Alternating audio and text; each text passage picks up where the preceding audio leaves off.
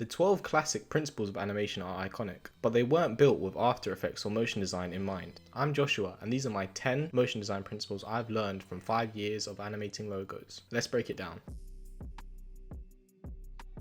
So first off, let's start with number 1. This is timing and spacing. This is the foundation principle of motion design. In this example, you see 3 balls moving from point A to point B, one at 24 FPS, one at 12 FPS, and another at 6 FPS. The stroke trail shows the spacing between each frame. All 3 balls have the same distance, but look how much smoother the top ball is, in comparison to the bottom ball. This is timing and spacing in action. Timing is how long an object takes between point A to point B, and how many frames are used in that motion. Spacing is how far it moves between frames. Together, they shape speed, rhythm, and feel. If your animation feels off, start with this principle here. Next, we have easings. This is what separates robotic movements from real design flow. So here we've got 4 boxes, each with the ball moving from point A to point B. One's linear, one's easy ease, then we have ease in and ease out. Each ball has a trail showing how it accelerates and decelerates. You will also see the graph editor inside each box.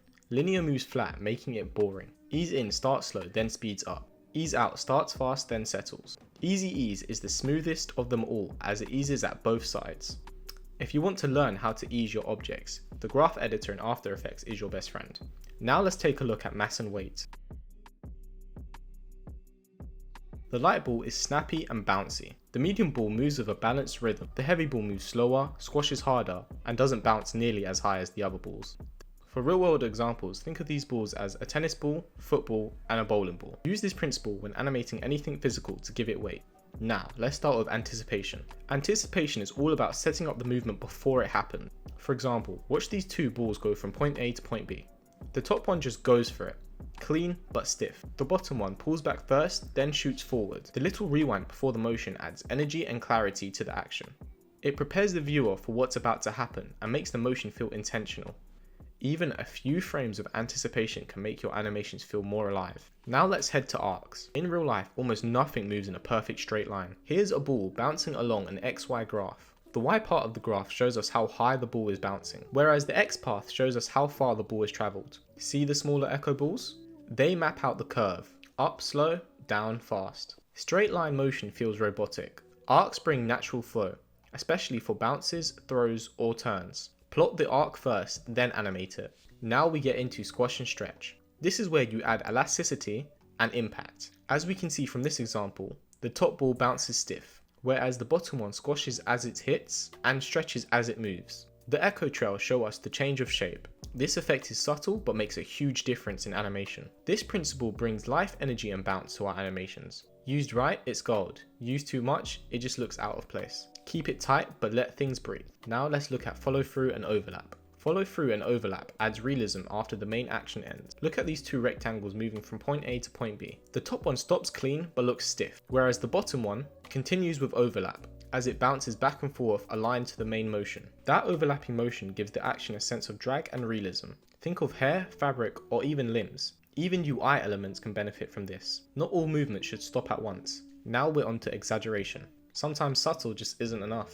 Exaggeration pushes the movement further to make it pop. For example, the left rectangle jumps and stretches dramatically. It squashes before it launches, almost like a spring, whereas the right one is just plain and basic. The exaggeration brings in that character for the object. Don't be afraid to go bold, but just know when to pull back. Now for secondary animation. Secondary animation is when one motion causes another motion. For example, these 2 bouncing rectangles with little rectangles on top of them. On the left side, we see how the little rectangle reacts to the main rectangle as it squashes down and stretches up as it bounces. The little rectangle bounces up and down, reacting to the movement of the main rectangle, whereas on the right side, the little rectangle sticks to the main rectangle as it jumps up and down.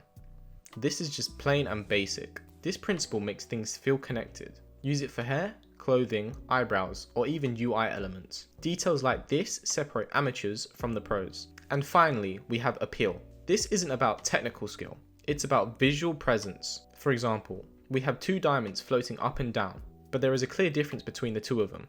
On the left side, it has vibrant colours, a light sweep, and a star glint, but the right one is just grey and floating. Nothing stands out about it. This just makes it look boring. Appeal is how you make your work pop. Style, colour, movement, and rhythm all the other 9 principles feed into this one. If it doesn't look good, it doesn't matter how technical it is. And that was my 10 principles of motion design. These aren't just rules, these are a mindset.